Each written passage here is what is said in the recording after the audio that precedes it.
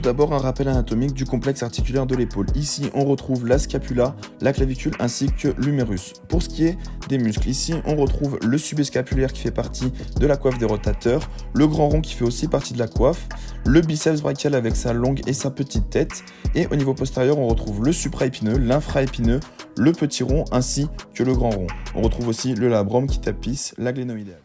Bonjour à toutes et à tous, donc aujourd'hui on va vous parler des tests diagnostiques de l'affectation du biceps brachial et on va commencer par le test de Yeagerson. Donc le test de Yeagerson, il peut se faire debout ou assis. Tout d'abord on va demander au patient une flexion à 90 de coude ainsi que le coude bien collé au corps, une pronation de l'avant-bras du patient et là on va tout simplement résister à une supination de l'avant-bras.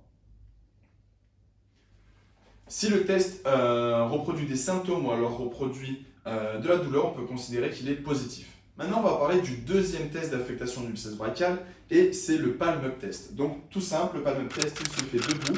On demande au patient une flexion à 90 d'épaule avec une supination de l'avant-bras et une rotation externe de l'épaule. Et on va tout simplement exercer une force verticale donc vers le sol au niveau de l'avant-bras. On peut aussi venir palper l'origine proximale du biceps brachial. Si ce test reproduit des symptômes ou encore de la douleur, on peut considérer qu'il est positif. Et enfin, pour finir, le test Uppercut test pour diagnostiquer l'affectation du biceps brachial, il est tout simple.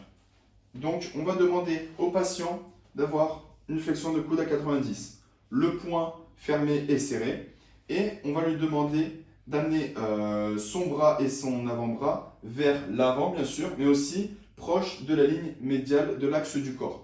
Et on va lui demander d'exécuter ce mouvement très rapidement et nous, on va s'opposer à ce uppercut.